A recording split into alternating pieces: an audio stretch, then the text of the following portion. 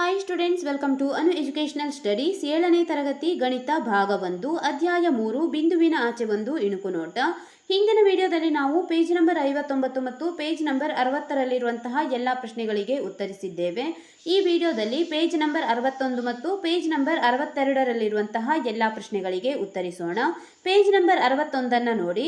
ನಾವು ಒಂದು ಮಾನವನ್ನು 4 ಸಮಭಾಗಗಳಾಗಿ, 5 ಸಮಭಾಗಗಳಾಗಿ, 8 ಸಮಭಾಗಗಳಾಗಿ ಅಥವಾ ಬೇರೆ ಯಾವುದೇ ಸಂಖ್ಯೆಯ ಸಮಭಾಗಗಳಾಗಿ ವಿಭಜಿಸಲು ಸಾಧ್ಯವಿಲ್ಲವೇ ಎಂದು ಕೇಳಿದ್ದಾರೆ. ಇಲ್ಲಿ ಒಂದು ಪೆನ್ಸಿಲ್ನ ಚಿತ್ರವನ್ನ ಕೊಡಲಾಗಿದೆ. ಇಲ್ಲಿ ಒಂದು ಮಾನವನ್ನು ಅಂದರೆ 0ಯಿಂದ 1 ಇದು ಒಂದು ಮಾನ, 1ರಿಂದ 2 ಇದು ಕೂಡ ಒಂದು ಮಾನ, ಈ ರೀತಿಯ ಒಂದು ಮಾನವನ್ನು ನಾವು 4 ಸಮಭಾಗ ಮಾಡಬಹುದೇ ಮತ್ತು 5 ಸಮಭಾಗ ಮಾಡಬಹುದೇ, 8 ಸಮಭಾಗಗಳಾಗಿ ಮಾಡಬಹುದೇ ಎಂದು ಕೇಳುತ್ತಿದ್ದಾರೆ. ಈಗ ಉತ್ತರ ಬರೆಯೋಣ. ಇಲ್ಲಿ ಉತ್ತರವನ್ನ ಬರೆಯುವ ಮೊದಲು ನೋಡಿ, ಪೆನ್ಸಿಲಿನ ತುದಿ 2 ಮತ್ತು 3ರ ಮಧ್ಯಭಾಗದಲ್ಲಿದೆ. ನಂತರ 2, 3ಅನ್ನು ನಾವು 4 ಭಾಗ ಮಾಡಿದಾಗ ಇಲ್ಲಿ ನಾವು ಉತ್ತರದಲ್ಲಿ ತೋರಿಸುತ್ತೇವೆ. 2ರಿಂದ 3ರಲ್ಲಿ 4 ಭಾಗ ಮಾಡಿದಾಗ ಪ್ರತಿ ಘಟಕದ ಉದ್ದ ಎಷ್ಟಾಗಿರುತ್ತದೆ ಎಂದು ಬರೆಯೋಣ. ಉತ್ತರ ಬರೆಯಿರಿ. ಹೌದು, ನಾವು ಖಚಿತವಾಗಿ ಒಂದು ಘಟಕವನ್ನು ಅಥವಾ ಒಂದು ಮಾನವನ್ನು 4 ಸಮಭಾಗಗಳಾಗಿ ವಿಭಜಿಸಬಹುದು.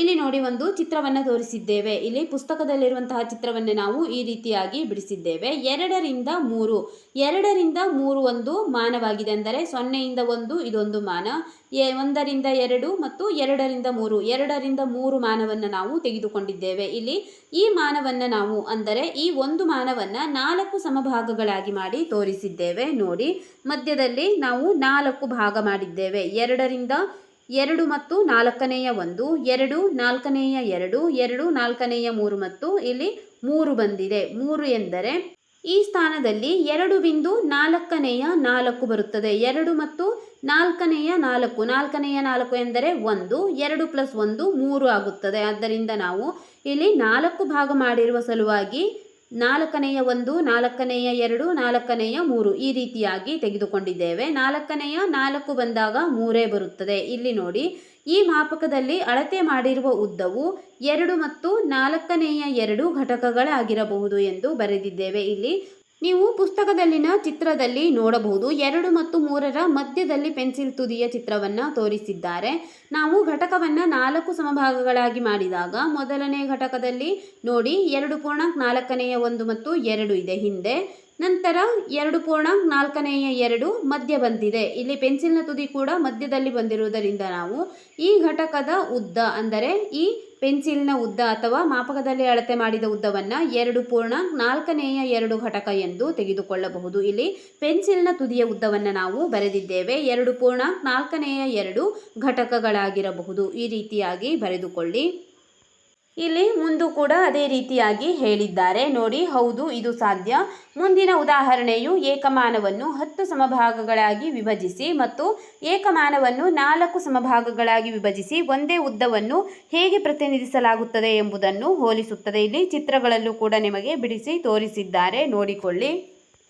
ಮುಂದೆ ನೋಡಿ, ಹಾಗಾದರೆ ಪ್ರತಿ ಬಾರಿ ಒಂದು ಮಾನವನ್ನು 10 ಭಾಗಗಳಾಗಿ ವಿಭಜಿಸುವುದು ಏಕೆ ಎಂದು ಕೇಳಿದ್ದಾರೆ. ನಾವು ಈಗ ಹಿಂದೆಲ್ಲ ನೋಡುತ್ತಾ ಬಂದಿದ್ದೇವೆ. 1ರಿಂದ ಇಲ್ಲಿ 0ಯಿಂದ 1ರ ನಡುವೆ ನಾವು 10 ಭಾಗ ಮಾಡುತ್ತೇವೆ. ನಂತರ ಆ 10 ಭಾಗ ಅಂದರೆ 10ನೇಯ 1 ಭಾಗ ಎಂದು ಪರಿಗಣಿಸಿ ಆ 10ನೇಯ 1ರಲ್ಲಿ ನಾವು ಪುನಃ 10 ಭಾಗವನ್ನೇ ಮಾಡುತ್ತೇವೆ. ಆದ್ದರಿಂದ ಪ್ರತಿ ಬಾರಿ ನಾವು 10 ಭಾಗಗಳಾಗಿ ವಿಭಜಿಸುವುದು ಏಕೆ ಎಂದು ಕೇಳುತ್ತಿದ್ದಾರೆ. ಇದಕ್ಕೆ ಕಾರಣವನ್ನು ಬರೆಯೋಣ. ಇದಕ್ಕೆ ಕಾರಣ ಭಾರತೀಯ ಸ್ಥಾನಬೆಲೆ ಪದ್ಧತಿಯಲ್ಲಿ 10 ವಹಿಸುವ ವಿಶೇಷ ಪಾತ್ರ. ಪ್ರತಿ ಸ್ಥಾನಬೆಲೆಯು ಅದರ ಬಲಭಾಗದಲ್ಲಿರುವುದಕ್ಕಿಂತ 10 ಪಟ್ಟು ದೊಡ್ಡದಾಗಿದೆ ಮತ್ತು ಎಡಭಾಗದಲ್ಲಿರುವ ಸಂಖ್ಯೆಗಿಂತ 10 ಪಟ್ಟು ಚಿಕ್ಕದಾಗಿದೆ ಎಂದು ಹೇಳುತ್ತಿದ್ದಾರೆ. ನಾವು ಉದಾಹರಣೆಯಾಗಿ ಯಾವುದಾದರೂ ಒಂದು ಸಂಖ್ಯೆ ತೆಗೆದುಕೊಂಡಾಗ ಬಿಡಿ 10, 100 ಎಂದು ಊಹಿಸಿ. ಮೊದಲನೆಯದಾಗಿ ಬಿಡಿ ಸ್ಥಾನಕ್ಕೆ ನಾವು ಬಿಡಿ ಸ್ಥಾನದಲ್ಲಿ 10 ಬಿಡಿಗಳನ್ನು ಸೇರಿಸಿದಾಗ ನಾವು ಒಂದು 10ಅನ್ನು ಪಡೆಯುತ್ತೇವೆ. ಅಂದರೆ 1, 2, 3, 4 ಈ ರೀತಿಯಾಗಿ 10 ಸಂಖ್ಯೆಗಳನ್ನು ಸೇರಿಸಿದಾಗ ನಾವು ಒಂದು 10ಅನ್ನು ಪಡೆಯುತ್ತೇವೆ. ಅಲ್ಲಿಗೆ 10ರ ಸ್ಥಾನ ಬಂದಿತು. ನಂತರ 10ನೇ ಸ್ಥಾನಕ್ಕೆ ನಾವು ಪುನಃ 10ರಿಂದ ಅಂದರೆ 10ಕ್ಕೆ 10ಗಳಿಂದ 10ಗಳನ್ನು ನಾವು ಸೇರಿಸಿದಾಗ 10 10 100 ಆಗುತ್ತದೆ. ಆದ್ದರಿಂದ 10ರ ನಂತರ ನಾವು 100ಅನ್ನು ಪಡೆಯುವಾಗ ಪುನಃ ನಾವು 10ರಷ್ಟನ್ನು ಗುಣಿಸಬೇಕು. 10 100 ಆಗುತ್ತದೆ.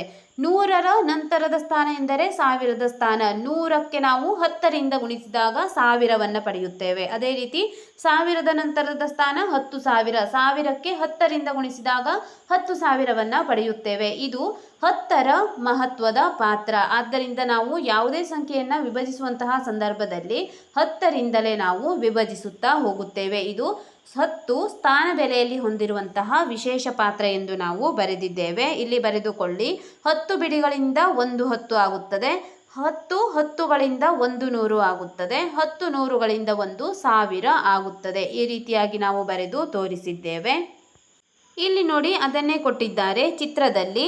1 10 100 1000 10,000. ಇಲ್ಲಿ 1ಕ್ಕೆ ನಾವು 10ರಿಂದ ಗುಣಿಸಿದಾಗ 10 ಬಂದಿದೆ.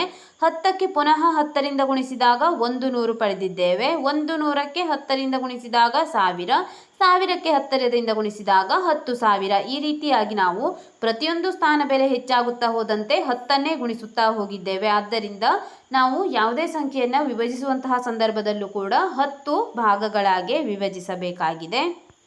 ಇಲ್ಲಿ ನೋಡಿ, ಒಂದು ಸ್ಥಾನ ಬೆಲೆಯನ್ನು ಕೊಟ್ಟಿದ್ದಾರೆ 10,000. ಇಲ್ಲಿ ನೋಡಿ, 1 ಬಿಡಿ ಸ್ಥಾನದಲ್ಲಿ 1 ನೋಡಿ ಮಧ್ಯ ಇದೆ. 1 10 100 1000 10,000. ನಂತರ 1ರ ನಂತರ 10ನೆಯ 1 ಅಂದರೆ ಬಿಂದುವಿನ ನಂತರದ ಸಂಖ್ಯೆಗಳನ್ನು ನಾವು 10ನೆಯ 1 100ನೆಯ 1 1000ದ 1 ಈ ರೀತಿಯಾಗಿ ಪಡೆಯುತ್ತೇವೆ. ಅದನ್ನು ಇಲ್ಲಿ ನೋಡಿ, 1ನ್ನು ನೋಡಿ, 1ಕ್ಕೆ 10ನ್ನು ಗುಣಿಸಿದಾಗ 10. ಇಲ್ಲಿ ನಾವು ಹಿಂದೆ ವಿವರಿಸಿದಂತೆ ಬಂದಿದೆ. ನಂತರ ಕೆಳಗಡೆ ನೋಡಿ, 1,000. ಇಲ್ಲಿ 10,000ಕ್ಕೆ ನಾವು 10ರಿಂದ ಭಾಗಿಸಿದಾಗ 1,000 ಬಂದಿದೆ. 1,000ಕ್ಕೆ 10ರಿಂದ ಭಾಗಿಸಿದಾಗ 100 ಬಂದಿದೆ. ಈ ರೀತಿಯಾಗಿ ನಾವು ಭಾಗಿಸುತ್ತಾ ಹೋದಂತೆ ಬಲಗಡೆಯ ಸಂಖ್ಯೆಗಳು ಬರುತ್ತಿವೆ ಮತ್ತು ಗುಣಿಸುತ್ತಾ ಹೋದಂತೆ ಎಡಗಡೆ ಸಂಖ್ಯೆಗಳು ಬರುತ್ತಿವೆ. ಇಲ್ಲಿ ನೋಡಿ, ನಾವು ಇದನ್ನು ಇನ್ನಷ್ಟು ವಿಸ್ತರಿಸಬಹುದೇ ಎಂದು ಕೇಳಿದ್ದಾರೆ. ಇದನ್ನು ನಾವು ಇನ್ನಷ್ಟು ವಿಸ್ತರಿಸಬಹುದೇ ಎಂದು ನೋಡೋಣ. ವಿಸ್ತರಿಸುವಾಗ ನಾವು ಎಡಬದಿಯಲ್ಲಿ ವಿಸ್ತರಿಸುತ್ತಾ ಹೋಗಬೇಕು. 1/100 ನಾವು ನೋಡೋಣ. 1/100 ನಾವು ವಿಸ್ತರಿಸಿದಾಗ ಮುಂದಿನ ಸಂಖ್ಯೆ 1/1000 1/10,000 ಈ ರೀತಿಯಾಗಿ ವಿಭಜಿಸುತ್ತಾ ಹೋಗುತ್ತದೆ. ಬರೆಯೋಣ. ನೋಡಿ, ಇಲ್ಲಿ ಒಂದು ಚಿತ್ರವನ್ನು ಬಿಡಿಸಿ ತೋರಿಸಿದ್ದೇವೆ. ಗುಣಿಸು 10. 10ನ್ನು ಗುಣಿಸುತ್ತಿದ್ದಂತೆ ನಾವು ಸ್ಥಾನ ಬೆಲೆಯಲ್ಲಿ ಎಡಗಡೆಯಲ್ಲಿ ಗುಣಿಸುತ್ತಾ ಹೋಗುತ್ತೇವೆ. ನಂತರ ಭಾಗಿಸು 10 ಮಾಡಿದಾಗ ನಾವು ಭಾಗಿಸುತ್ತಾ ಮುಂದೆ ಅಂದರೆ ಬಲಗಡೆಯಲ್ಲಿ ಸೇರಿಸುತ್ತಾ ವಿಸ್ತರಿಸುತ್ತಾ ಹೋಗುತ್ತೇವೆ. ಬರೆಯಿರಿ. ಹೌದು, ಸ್ಥಾನ ಮೌಲ್ಯ ವ್ಯವಸ್ಥೆಯನ್ನು ಬಲಕ್ಕೆ ಮತ್ತಷ್ಟು ವಿಸ್ತರಿಸಬಹುದು. ಬಲಭಾಗದಲ್ಲಿ ಎಂದರೆ ನಾವು ದಶಮಾಂಶದ ಸ್ಥಾನಗಳಲ್ಲಿ ಮತ್ತಷ್ಟು ವಿಸ್ತರಿಸಬಹುದಾಗಿದೆ. 100ನೇ ಸ್ಥಾನ, 100ನೇ ಸ್ಥಾನವನ್ನು ಕೊಟ್ಟಿದ್ದಾರೆ. 100ನೇ ಸ್ಥಾನ 100ನೇ 1ನ್ನು ನಾವು 10ರಿಂದ ಭಾಗಿಸಿದಾಗ, ಇಲ್ಲಿ ಕೆಳಗಡೆ ನಾವು ಬಲಗಡೆ ಹೋಗುವಾಗ ಭಾಗಿಸುತ್ತಾ ಹೋಗಬೇಕು. 100ನೇ 1ನ್ನು ನಾವು 10ರಿಂದ ಭಾಗಿಸಿದಾಗ 1000ದ ಸ್ಥಾನವನ್ನು ಪಡೆಯುತ್ತೇವೆ. ಅದು 1001ನೇ ಸ್ಥಾನವಾಗುತ್ತದೆ. ನಂತರ ಅದನ್ನು ಪುನಃ 10ರಿಂದ ಭಾಗಿಸಿದಾಗ ಅಂದರೆ 1001ನ್ನು ನಾವು ಪುನಃ 10ರಿಂದ ಭಾಗಿಸಿದಾಗ 10,000ದ ಸ್ಥಾನವನ್ನು ಪಡೆಯುತ್ತೇವೆ. 10,001 ಆಗಿದೆ. ಈ ರೀತಿಯಾಗಿ ನಾವು ಇದನ್ನು ಅನಿರ್ದಿಷ್ಟವಾಗಿ ಮುಂದುವರಿಸುತ್ತಾ ಹೋಗಬಹುದು. ನಾವು 10ರಿಂದ ಭಾಗಿಸುತ್ತಾ ಹೋದಂತೆ ಮುಂದಿನ ಸಂಖ್ಯೆಗಳನ್ನು ನಾವು ಪಡೆಯಬಹುದಾಗಿದೆ. ಮುಂದಿನ ಪ್ರಶ್ನೆ ನೋಡಿ, 100ನೇ 1ನ್ನು 10 ಸಮಭಾಗಗಳಾಗಿ ವಿಭಾಜಿಸಿದಾಗ ಭಿನ್ನ ರಾಶಿ ಎಷ್ಟಾಗುತ್ತದೆ ಎಂದು ಕೇಳುತ್ತಿದ್ದಾರೆ. ಈಗ ನಾವು 100ನೇ 1ನ್ನು 10 ಸಮಭಾಗ ಮಾಡಿದಾಗ ಒಂದು ಭಿನ್ನ ರಾಶಿ ಎಷ್ಟು ಬರುತ್ತದೆ ಎಂದು ನೋಡೋಣ. ಬರೆಯಿರಿ. 100ನೇ 1ನ್ನು 10 ಸಮಭಾಗಗಳಾಗಿ ವಿಂಗಡಿಸುವುದು ಎಂದರೆ 100ನೇ 1ರಲ್ಲಿ 10ನೇ 1 ಭಾಗವನ್ನು ಕಂಡುಹಿಡಿಯುವುದಾಗಿದೆ. ಇಲ್ಲಿ ನೋಡಿ, 100ನ್ನು ನಾವು 10 ಭಾಗಗಳಾಗಿ ಮಾಡಿದಾಗ 100ನ್ನು ಪಡೆಯುತ್ತೇವೆ. ಅಂದರೆ 10 10 100. ಆದ್ದರಿಂದ 100ರಲ್ಲಿ 1 ಸಮಾನ ಭಾಗವನ್ನು ನಾವು ಪಡೆಯುವುದು. ಅಂದರೆ 100ನೇ 1ನ್ನು 10 ಸಮಾನ ಭಾಗಗಳಾಗಿ ವಿಂಗಡಿಸಿದಾಗ 10ನೇ 1 10ನೇ 1 10ನೇ 1 ಈ ರೀತಿಯಾಗಿ 10ನೇ 1ನ್ನು ನೀವು 10 ಬಾರಿ ಪಡೆಯುತ್ತೀರಿ. 10ನೇ 1 ಗುಣಿಸು 10 ಎಂದರೆ ಇಲ್ಲಿ ನೀವು 100 ಎಂದು ಅಥವಾ 100ನೇ 1 ಎಂದು ಪಡೆಯಬಹುದಾಗಿದೆ. ಆದ್ದರಿಂದ ಭಿನ್ನ ರಾಶಿಯನ್ನು ನಾವು 10 ಸಮಭಾಗ ಮಾಡಿ ಪಡೆಯಬೇಕು. ನೋಡೋಣ. 100ನೇ 1ರಲ್ಲಿ 10ನೇ 1 ಭಾಗವನ್ನು ಕಂಡುಹಿಡಿದಂತಾಗಿದೆ. 100ನೇ 1ರಲ್ಲಿ 10ನೇ ಭಾಗವನ್ನು ಕಂಡುಹಿಡಿಯುವುದು. ಆದ್ದರಿಂದ 100ನೇ 1 ಗುಣಿಸು 10ನೇ 1 ಅಂದರೆ 100ನೇ 1ರಲ್ಲಿ 10ನೇ 1 ಎಂದರೆ ಎಷ್ಟು ಎಂದು ನಾವು ಬರೆಯುವಾಗ ನೋಡಿ 100ನೆಯ 1 ಗುಣಿಸು 10ನೆಯ 1 ಈಕ್ವಲ್ಸ್ ಟು 100 ಗುಣಿಸು 10 1000 ಬಂದಿದೆ. 1001 ಆದ್ದರಿಂದ ಭಿನ್ನರಾಶಿ 1001 ಭಾಗ ಆಗಿರುತ್ತದೆ. 100ನೆಯ 1ನ್ನು ನಾವು 10 ಸಮಭಾಗ ಮಾಡಿದಾಗ ಬರುವಂತಹ ಒಂದು ಭಿನ್ನರಾಶಿ ನಮಗೆ 1001 ಆಗಿರುತ್ತದೆ ಎಂದು ತೆಗೆದುಕೊಳ್ಳಬೇಕು. ನಂತರ ಮುಂದೆ ಕೊಟ್ಟಿರುವಂತಹ ಚಿತ್ರವನ್ನು ನೋಡಿ. ಇಲ್ಲಿ 10ನೆಯ 6 ಮತ್ತು 10ನೆಯ 7ರ ಮಧ್ಯೆ 10 ಭಾಗ ಮಾಡಿದ್ದಾರೆ. ಅಂದರೆ ಇಲ್ಲಿ 6/10ನ್ನು 60/100 ಎಂದು ಮತ್ತು 7/10ನ್ನು 70/100 ಎಂದು ತೆಗೆದುಕೊಂಡಿದ್ದಾರೆ. ನಾವು ಈ ರೀತಿಯಾಗಿ ತೆಗೆದುಕೊಳ್ಳುವುದು ಏಕೆ ಎಂದು ಹಿಂದಿನ ವಿಡಿಯೋಗಳಲ್ಲಿ ಚರ್ಚಿಸಿದ್ದೇವೆ. 60/100, 70/100. ಇಲ್ಲಿ ನೋಡಿ ಮಧ್ಯೆ 10 ಭಾಗ ಮಾಡಿದಾಗ 60ರ ನಂತರ 61/100, 62/100 ಈ ರೀತಿಯಾಗಿ 69/100 ನಂತರದ ಸಂಖ್ಯೆ 70/100 ಬರುತ್ತದೆ. ಪುನಃ ನೋಡಿ 66/100 ಮತ್ತು 67/100ನ್ನು 10 ಭಾಗ ಮಾಡಿದಾಗ ಪುನಃ ನಾವು ಒಂದೊಂದು ಸೊನ್ನೆಯನ್ನು ಸೇರಿಸಿಕೊಳ್ಳಬೇಕು.